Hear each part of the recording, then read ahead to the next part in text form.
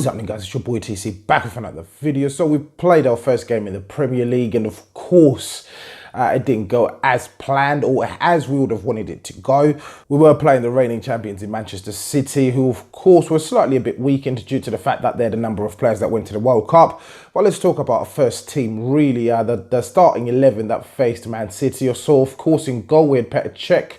I was expecting Bernardo to make his debut, but Petr Cech started. At right back, as anticipated, it was Hector Bellerin. In the middle of defence we saw Mustafi as well as Socrates, and at left back we saw Ainsley Maitland-Niles. In the middle of the park, we saw Guendouzi. We also saw Granit Xhaka as well as Aaron Ramsey. On the wings, it was Mesut Ozil as well as Mkhitaryan, and up top it was Aubameyang. So, of course, the score ended up being 2-0, but it could have been much more. We did also miss a couple of good chances here and there as a team, but overall, we weren't really ready for Manchester City. Of course, they weren't playing at 100%. We know that they're extremely good.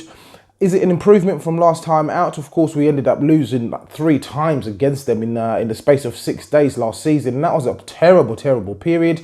But this was a very, very tough opening fixture. I wasn't really expecting a win on this occasion, but really if we'd gotten a draw, I'd have been extremely happy with that particular result.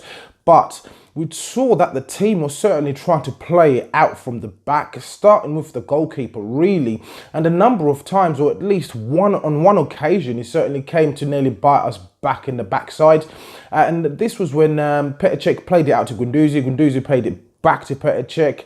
And Petr Cech wasn't really aware of what was around him, and he ended up playing it out for a corner. But eventually, that style of play, really, I don't think Petr Cech is the right keeper for this style of play. He's not a sweeper keeper. He's known as a shot stopper really throughout his whole career. He's played behind good defences really most of his career as well. And this style of play really doesn't suit him. Of course, Man City went ahead early in the first half, and this was courtesy of Raheem Sterling. And I do personally think this goal was certainly avoidable. The team really, we could see that was certainly organised. It was a straight line, quite a narrow one around the box. But he managed to find the gap. The person that was trailing him, really, which was Guendouzi, really didn't put the charge in. He should have basically closed him down much, much sooner. Sterling is known to do what he did, really, in terms of scoring goals, cutting in, going onto his right foot and taking a shot. But I do believe the first goal was certainly avoidable. Second goal, really, again, it was a bit poor in terms of the organisation in the defence. No one was really picking up Bernardo Silva, and he ended up smashing the goal into the back of the net. Of course, that one, unfortunately, wasn't certainly avoidable. It was one of those kind of goals which really you couldn't stop. So let's talk about the front three. So Aubameyang really had one clean chance in the first half, and that was a long ball from Guendouzi. And essentially, he should have scored that goal. He had an offside goal ruled out as well. And basically, he wasn't receiving the service, in my personal opinion. Mesut Ozil and Mkhitaryan really weren't consistent enough with their width.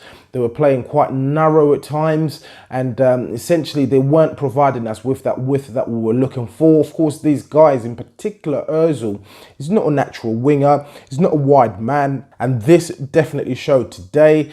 His service was extremely poor, his passing was poor.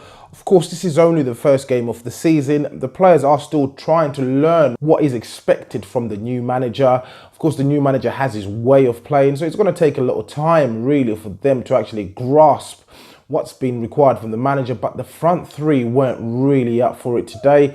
Aubameyang, I believe it was just down to the lack of service. So who was my man of the match? Of course, Guendouzi put in a very, very decent performance, in my personal opinion. He was very, very industrious in the midfield, closing things down. His passing was actually all right at times, really. So my man of the match personally was Guendouzi, based on his performance alone. We ended up seeing Xhaka coming off, being replaced by Tiny Torreira. And when Torreira came on, really, you could see that he was a bit nervous. From my personal opinion, really, I thought he looked a little bit nervous. But hopefully he will start to get into the swing of things and actually start playing to the level that we know him is actually capable of playing. We saw Maitland-Niles also hobble off, and he was replaced by Lichtsteiner, who came on, and it sort of calmed things down. And I was actually expecting him to have a terrible time on that left-hand side, but he actually thrived, in my opinion, getting some good crosses in. His positional awareness was actually quite good.